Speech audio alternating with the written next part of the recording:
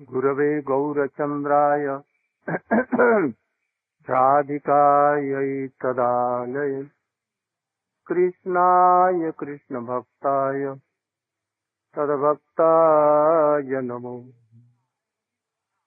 भक्त्या विहीनाय अपराधलक्ष्य चित्तास्य कामादितरङ्गमध्ये कृपामयि त्वां शरणं प्रपन्ना वृंदे नमस्ते चरणा। नित्य लीला प्रविष्ट ओम विष्णुपाद भक्ति प्रज्ञान केशव गोस्वामी महाराज अहैतुक कृपा से हम श्री गुरु गौरांग राधा विनोद बिहारी नृसिंहदेव कृपा से আমাদের এত বিশাল শ্রী শ্রী গৌরীয় শ্রী শ্রী নবদ্বীপ ধাম পরিক্রমা এবং শ্রী শ্রী গৌরজন ভক্ত নির্বিঘ্নে এবং সুশৃঙ্খল ভাবে সম্পন্ন হয়েছে। এটা কোনো ব্যক্তির साधारण शक्ति द्वारा संभवपर नहीं। हमें हजार कंट्रोल करे सेगुली करते पारी ना। এটা भगवत इच्छाते गुरु इच्छाते एरकम भावे सुसम्पन्न হয়েছে।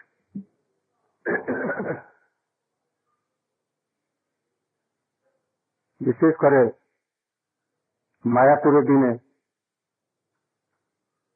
যত লোক সবগুলি বসেছিল আমাদের পুরা যাত্রীরা ওখানে হল ঘরেতে বসে আছে মায়াপুরে, পুরা যাত্রীরা বসে আছে আর ওইদিকে সব ভরে গেল। তখন মনে মনে আমি প্রার্থনা করছি, হে সতী দেবী বিষ্ণুপ্রিয়া দেবী, আজকে আপনার ওখানে আমরা এসেছি, অত যেন আমাদের ভান্ডার আপনার ভান্ডার যেন খালি না হয়। তো আমরা কিরকম মুখ দেখাইব আপনার নাম নিয়ে? ওটা তো আপনাদেরই, এটা অপমান হবে, আমাদের কিছু না, আপনার নিকটে একেবারে পরেই শুনছি সুশৃঙ্খল ভাবে সবগুলি হয়ে ম্যাজিকের মতো।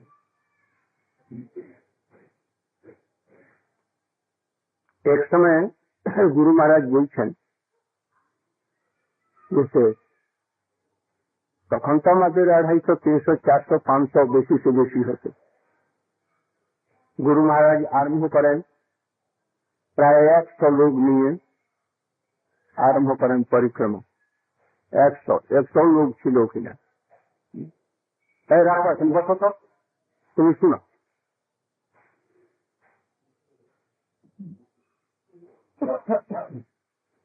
একটা লোককে নিয়ে তিনি আরম্ভ করেন, ওই ভাড়া বাড়িটা এখনো ভিড় আছে, এই শুধু খোকা ঠাকুর এই নিয়ে আরম্ভ করেন। তারপরে ধীরে ধীরে সেগুলি বাড়তে লাগলো। উনি কাকে জিজ্ঞাসা করলেন যে সে এই পরিক্রমা কে করছে, কত লোক? তো বলে যে প্রায় 500 লোক পরিক্রমা করছে। তো যে কেউ করে না, একজন করছে। কেউ করছে একজন, ওই গুরুদেব করছেন। একজন যদি নিষ্কপট আর ভক্তিমান লোক থাকে তাহাকে যাহারা আশ্রয় করে সব লোক আছে, তাহলে তাদের পরিক্রমা হবে। আর তিনি যদি না থাকেন আর 1000 লোক করে, তাহলে কুকুর শিয়ালের পরিক্রমা হবে। এই জন্য গুরু পাদ পদ্ম এই পরিক্রমা করছেন তার জন্য আমাদের সকলে। এইরকম হয় তোমরা মনে করবে যে তোমরা পরিক্রমা করাচ্ছ না আর করছো না। পরিক্রমা কেউ করছে? আমাদের গুরু পাদ পদ্ম আছেন, অথবা এইখানে বর্তমানে যে তাহার আসনেতে আছে চুপচাপ বসে থাকলেও তাহার দ্বারা পরিক্রমা হচ্ছে। তোমাদের এই কর্তৃত্বতে আমাদের কর্তৃত্বতে এইসব কিছু পরিক্রমা হতে পারে না, এইটা বুঝে রাখো। তোমরা হাজার চেষ্টা করো, সমিতি করো, কন্ট্রোল করবার চেষ্টা করো, এটা তোমাদের কর্তব্য, কিন্তু বুঝবো না যে ওসব দ্বারা এইসব কত প্রচার হচ্ছে, কি পরিক্রমা হচ্ছে, সফল ভারত হচ্ছে, একটি কোনো কমপ্লেন আসে না। কেউ অসুখ হয়েছে, কেউ বিসুখ হয়েছে, কেউ খেতে পেল না, কেউ ঘর পেল না, কোনো কিছু একবারে হচ্ছে নির্বিঘ্নে। এটা কন্ট্রোল করে কেউ করতে পারে মেধার দ্বারা? এটা বুঝবেন, এটা কোনো কারো ভজন বলে এইগুলি হচ্ছে। যে গুরু পাঠ মানে আমরা আশ্রয় নিয়েছি, নিষ্কপট ভাবে যদি একজনও আমাদের মধ্যে যদি থাকে যে তার নিষ্কপট আর তার সেবা করে থাকে, সব দ্বারা এইগুলি হচ্ছে, এইটা বুঝে রাখো। আমরা চেষ্টা করবো সাধন ভজনে, কিন্তু তাহাদের কৃপা বলে এই হয়, এইটা তোমরা উপলব্ধি করো। যেদিনে এইটা উপলব্ধি হবে না, আমরা কন্ট্রোল করে দিয়ে, সমিতি করে, সোসাইটি করে দিয়ে করে নিও, কিছুতে এক কবর্ধক তোমরা করতে পারবো, এটা বুঝিয়ে রাখো। আমরা এইসব দিন আমরা কোন কন্ট্রোল করেছি? কিছুই করেছি কি? কোনো কিছু তো করিনি। তবে দরকার আছে এগুলি, এগুলি সব তোমরা করো, কিন্তু বুঝে রাখো যতদিন ভজন বল না থাকবে, তোমরা ভজন না করবো নিজে, আমি নিষ্কপট ভাবছি গুরু সেবা না করো, একটু স্বার্থ যদি থাকে কিছুই নিজের, তাহলে তোমরা কিছুই করতে পারবো না। এইটা বুঝে রাখো।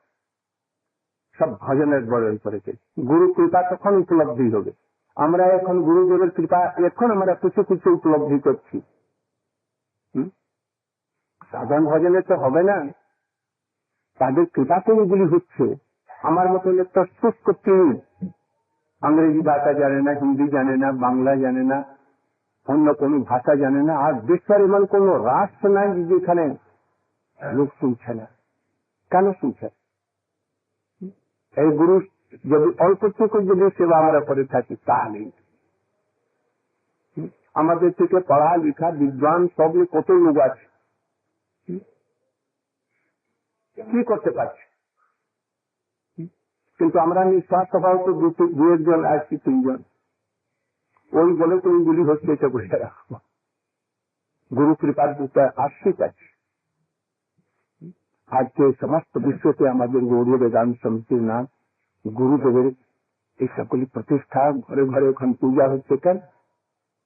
এটা বুঝানো হবো। যত এত সিনসিয়ার ভাবে আমরা আছি, আর ভজন করছি, কোন স্বার্থ নেই, কোন পলিটিক্স নাই, ডুপ্লিসিটি নেই। জগদীশ্বর বিক্রম মহারাজ এরকম নেই। আমাদের 17 জনের ব্যবহার দেখো যে কিরকম, এরকম তোমরা গুরু ভাইদের মধ্যে ব্যবহার রাখছো। ভজনকে প্রাধান্য দিব, তোমরা ভজনের জন্য এসেছ, দলাদলি পাকাপাকির জন্য আসো নাই, তোমরা রাজনীতির জন্য আসো নাই, কন্ট্রোল করবার জন্য আসো নাই। কিছু না কিছু পূর্ব জন্মে সুকৃতি ছিল ভক্তির জন্য, ওই জন্য ভজন করবার জন্য এসেছে। টাকার উপরে তো কোনোদিন ভরসা করবেন, প্রতিষ্ঠার উপর ভরসা করবেন, কর্তৃত্বের উপরে তো, বুদ্ধির উপরে তো কোনদিন ভরসা করবেন। ভজনের উপরে, আজ গুরু সেবার উপরে নিষ্কপট ভাবে এর উপরে তোমরা ভরসা রাখে। এইসবগুলি আমার উপলব্ধির কথা বলছি, অনুভবের কথা। এই জন্য তোমার নিষ্কপট ভাবে ভজন কর। আদৌ শ্রদ্ধা তথা সাধু সব তত অনর্থ নিবৃত্তি তত নিষ্ঠা রুচিস্তত আসক্তি তত ভাব তত প্রেমাভিগঞ্চতি সাধকানন্দ প্রেমনা প্রাদুর্ভাব ভবৎ করেন। এই শ্লোকটাকে গলার কণ্ঠার করে রাখলে, এই জন্য আমরা এসেছি। কিছু কিছু না কিছু কোনো ভাবেতে আমাদের একটা সুকৃতি ছিল পূর্ব জন্মে, সেই জন্য এই দিকে এসেছি। বিশেষ করে আমাদের এমন কোন সুকৃতি ছিল যে এই মহাপ্রভুর লাইনে তো রূপ রঘুনাথের লাইনে তো আমরা আছি। উনার নাম শুনছি, রোজ রূপার গুরু বরসি জয় দিই আমরা। কিছু না কিছু স্বীকৃতি ছিল, আমরা এসেছি এখন। আমাদের প্রধান উদ্দেশ্য মঠ মন্দির করা, খুব বিরাট বিরাট সভা গৃহ মন্দির করব, এইসবগুলি না, এটা বুঝে রাখো, এইটা উদ্দেশ্য না। এটা তো অনায়াসে হয়ে যায়। এগুলি আমাদের উদ্দেশ্য এই করবার জন্য আমরা আসি না। বড় বড় মন্দির করব, মঠ করব, এই করব, বাগান করব, গরু রাখবো, স্কুল করব, কলেজ করবো, এই উদ্দেশ্য না। যদি ভজন না হয় তার কি উদ্দেশ্য, কি ফল? শুধু কর্ম মাত্র, কর্ম ছাড়া কিছু নেই। আবার সংসারেতে আবাগমন। আমরা উদ্দেশ্য আছে যে ক্রমশ আদৌ শ্রদ্ধা তথা সাধু সঙ্গ অনর্থন বৃত্তি, এই করে করে ক্রমে আমাদের উদ্দেশ্য হচ্ছে জীবনে প্রেম, কৃষ্ণ প্রেম। আর কৃষ্ণ প্রেম মধ্যে ব্রজ প্রেম, আর ব্রজ প্রেমের মধ্যে হচ্ছে রূপ গোস্বামী যেভাবে সেবা করেছেন তার সাধক রূপেণ, সিদ্ধ রূপেণ, এইগুলি আমাদের প্রয়োজন। এইটি আমাদের জীবনের উদ্দেশ্য হওয়া চাই। এই উদ্দেশ্যটা স্থির হলে তারপরে আমাদের সাধন কি প্রণালীতে আমরা যাব, আমাদের সাধন চিন্তা পরে নির্ণীত হবে। আর যদি আমাদের এই সাধনই নির্ণীত হলো না, উদ্দেশ্য জীবনের কি, ভজনের উদ্দেশ্য কি, এইটি স্থির না হলে, গন্তব্যের স্থানেই আমার স্থির হলো না, তাহলে কোন রাস্তা যাব, রাস্তা আর কি হবে, গন্তব্যই ঠিক না হল। আমাদের এইরকম দিগ্ভ্রান্তি আছে। এই জন্য হরিকথা শ্রবণ করে আগে শ্রদ্ধা, আগে শ্রদ্ধা হোক। শ্রদ্ধা হবে কিসে? যদি নিষ্কপট কোন বৈষ্ণব থাকে, তার মুখে তো কিছু যদি হরিকথা যদি শুনি, যে জীবনের উদ্দেশ্য হচ্ছে একমাত্র হরি ভজন, ভগবত ভজন, এইটি আমরা যদি শুনি, তারপরে প্রথম সাধুর সঙ্গে এক, তারপরে দ্বিতীয় সাধু সঙ্গ। প্রথম সাধু সঙ্গে সাধারণভাবে হরিকথা শুনবো, যে আমাদের জীবনে কর্তব্য এই জীবনেতে খাওয়া দাওয়া করা, টাকা পয়সা সম্পত্তি ধন এইসব দ্বারা কোনো আমরা সুবিধা করতে পারবো না। আর আমাদের মতো লোক, হিরণ্যকশিপুর মতন লোক কোনো সুবিধা করতে পারেনি। আমরা কি করবো? দুর্যোধনের মতন লোক, শিশুপালের মতন লোক কিছু করতে পারেনি। অতএব এতে কোনো সুবিধা নাই। এমনকি স্বর্গের দ্বারা কোনো সুবিধা নাই, মুক্তিতেও কোনো সুবিধা নেই, এমনকি বৈকুণ্ঠের যে প্রীতি প্রেম ওসব দ্বারা আমার বিশেষ কিছু রুচি নাই। এই সবগুলি কথা সবগুলি শুনবে, শুনে তারপরে একটা শ্রদ্ধা জন্মাবে। এই শ্রদ্ধা হচ্ছে দু রকমের। প্রথম শ্রদ্ধাটা একটা লৌকিক শ্রদ্ধা সাধারণ, ও শ্রদ্ধার দ্বারা ভক্তি হবে না। লৌকিক শ্রদ্ধা, পারমার্থিক শ্রদ্ধা। পারমার্থিক শ্রদ্ধা কি? কোনটা হচ্ছে দু রকমের পারমার্থিক শ্রদ্ধা। একটা হচ্ছে যে উন্নত বৈষ্ণবদের কাছে পূর্ব স্বীকৃতি ক্রমেতে কিছু হরিকথা শ্রবণ করলাম। শ্রবণ করা আমার রোগ হলো যে আমি সখা, কৃষ্ণের সখা বইয়ের মতন আমি কৃষ্ণকে ভালোবাসবো, কৃষ্ণের সেবা করি। আমি মা যশোদা মতন কৃষ্ণকে ভালোবাসি, আমি গোপীদের মতন কৃষ্ণকে আমি সেবা করি। অন্য হওয়াতে লোভময়ী শ্রদ্ধা, ভক্তির প্রতি তার একটা শ্রদ্ধা যেন লোভময়। এই খুব রেয়ার, খুব সুদুর্লভ। কোটি লোকের মধ্যে থেকে কোনো একটি লোকের হতে পারে, বহু রেয়ার, তথাপি হতে পারে। আর একটি হচ্ছে যখন লোময়ী শ্রদ্ধা নাই, সাধারণভাবে হরিকথা শুনে এটা বলে যে কৃষ্ণ ভজন ছাড়া আমার এই সংসারে ক্লেশ দূর হবে না। যদি কৃষ্ণ ভজন না করি তাহলে জন্ম জন্মান্তরে আমি দুঃখ পাব। এই ভয়েতে শাস্ত্রের কথা শুনে শাস্ত্র শাসন অবধারণাময়ী যে শ্রদ্ধা, প্রত্যেক যে একটা শ্রদ্ধা হচ্ছে আমি ভজন করব। কেন? যদি ভজন না করি তাহলে আমি কোটি কোটি নরকে যেতে হবে। চারো বর্ণাশ্রমী যদি কৃষ্ণ নাহি ভজে স্বপ কর্ম করিতে সে রৌরবে পরিণত। মাতা পিতার সেবা, গুরুজনের সেবা, দেশভক্তি অন্যান্য সব করেও কোন সুবিধা হবে না, আবার নরকে যেতে হবে। এই কথা শুনে ভগবানের ভজনের মধ্যে একটা প্রবৃত্তি হলো, ভজন করবার প্রবৃত্তি। তখন তাকে কি বলবে? শাস্ত্র অবধারণাময়ী, শাস্ত্র শাসনের দ্বারা যে প্রবৃত্তি হয়েছে ভজন মার্গে, ওই হচ্ছে এক রকম। সাধারণ লোকের এইটা হয়। প্রথম শুনে দেখে যে সে সংসারে কোনো সুখ হচ্ছে না, হরিকথা শুনতে শুনতে শুনতে দেখলো যে আমার ভজন করা কর্তব্য, তাহলে একটু পরিণাম করবার প্রবৃত্তি আছে। গুরু আমি করব, তাদের আনুগত্যতে ভজন করব, এই প্রবৃত্তি তা উৎপন্ন হয়েছে। এই প্রবৃত্তিকে বলে একটি শাস্ত্র অবধারণা। আর দ্বিতীয় হচ্ছে লোভময়ী, ওটা খুব কম লোকে। পূর্বজন্মের সুকৃতি এইরকম যদি হয়ে থাকে তাহলে সম্ভব। এই শ্রদ্ধাটা উৎপন্ন হলো, কিন্তু ওই সময়তে আগাছা কতগুলি জুটলো। আগাছা মানে কি? দু রকমের আগাছা।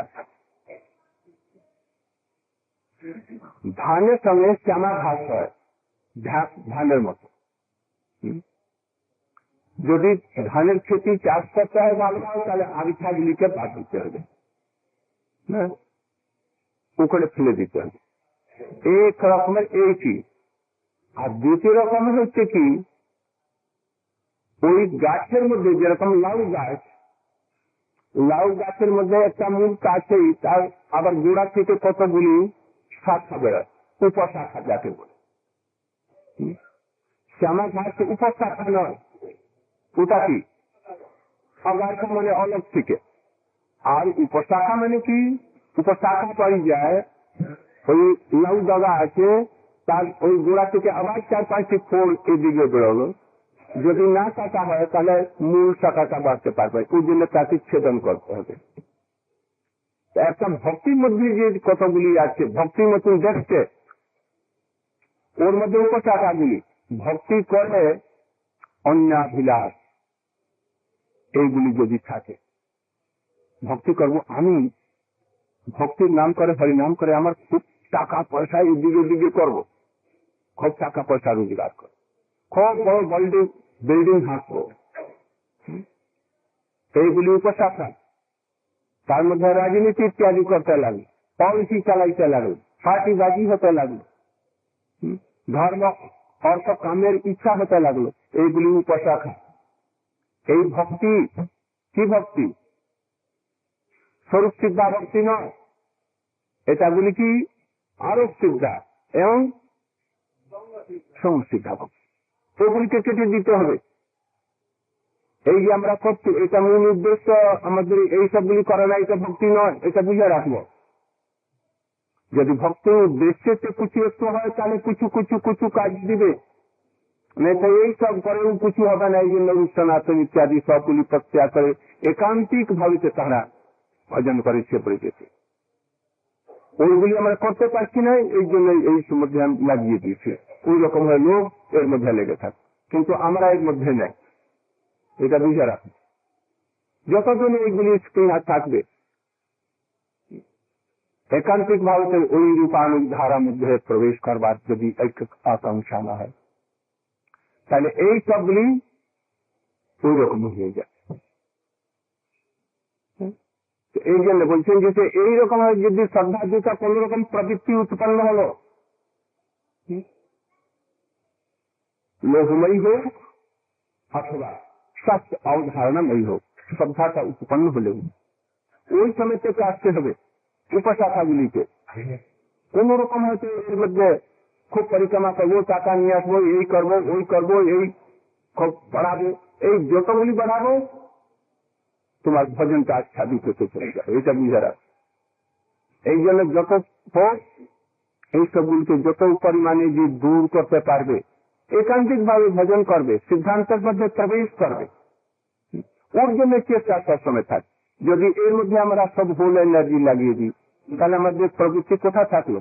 এর মধ্যে লেগে গেল, আর ভজনের দিকে গেল না। এই জন্য তো ঘর বাড়ি ছেড়ে আসি নেই।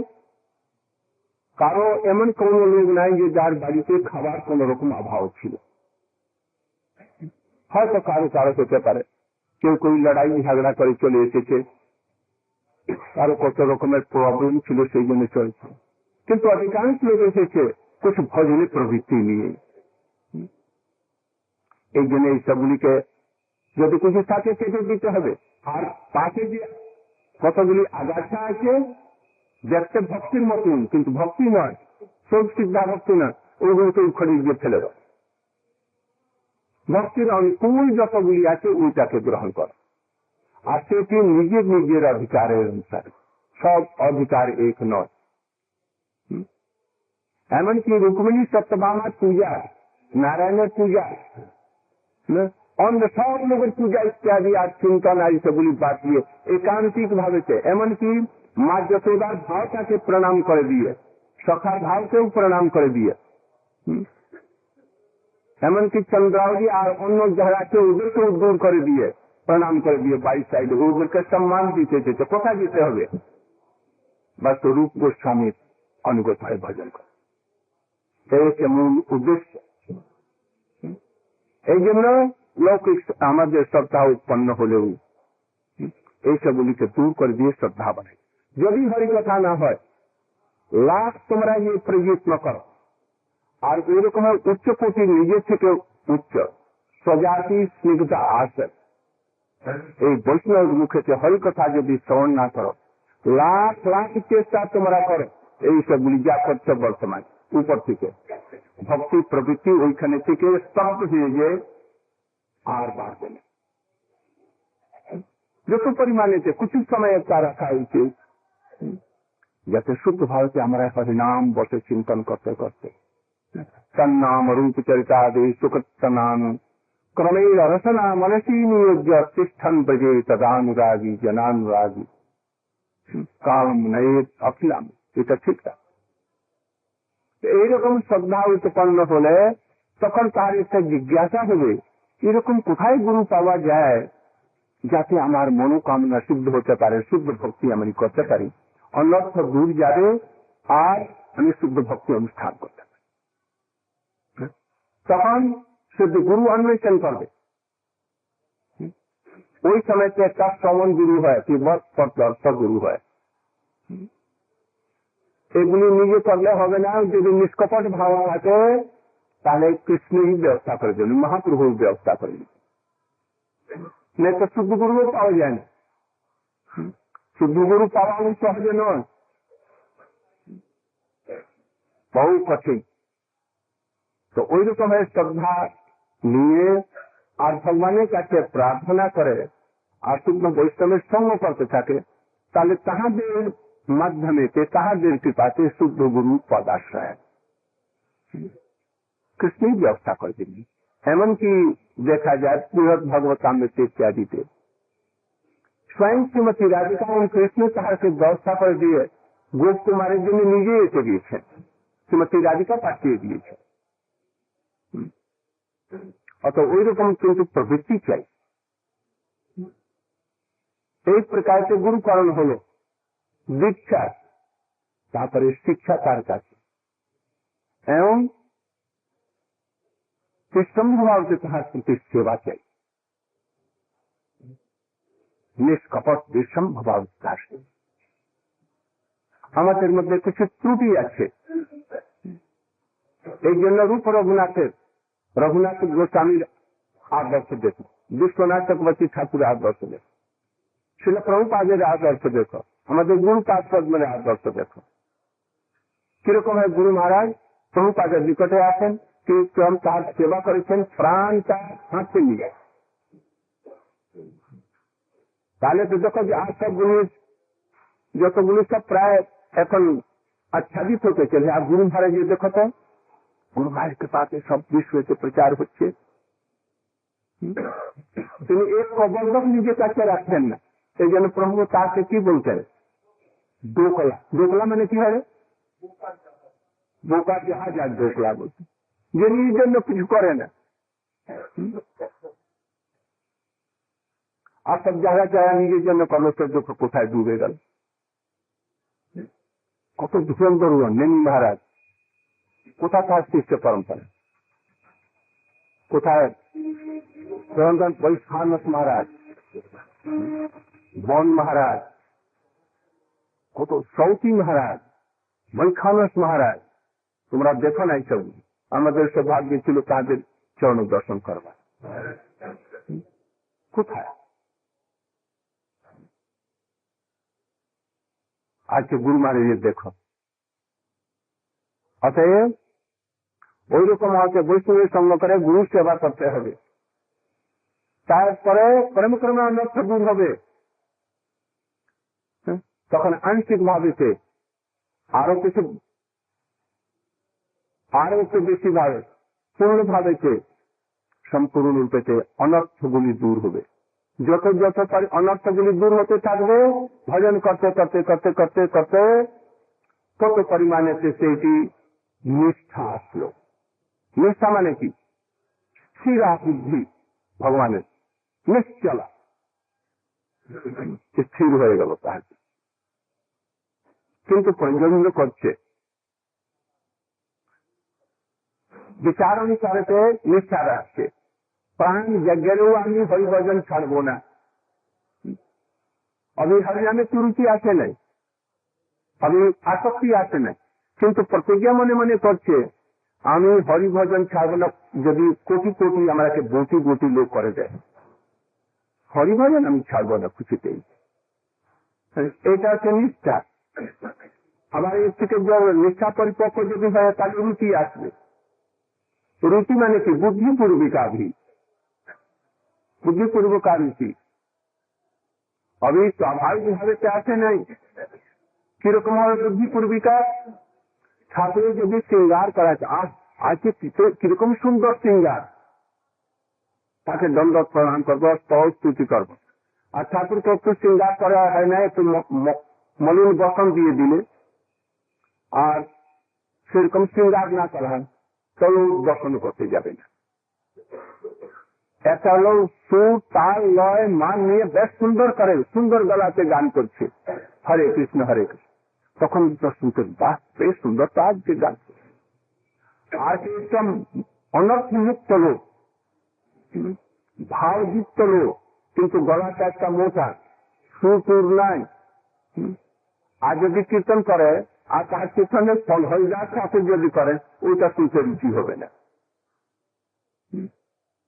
মহাপ্রভু একটা কোন লোক একটা যদি হরে কৃষ্ণ তার মূর্ছিত হয়ে পড়ছে।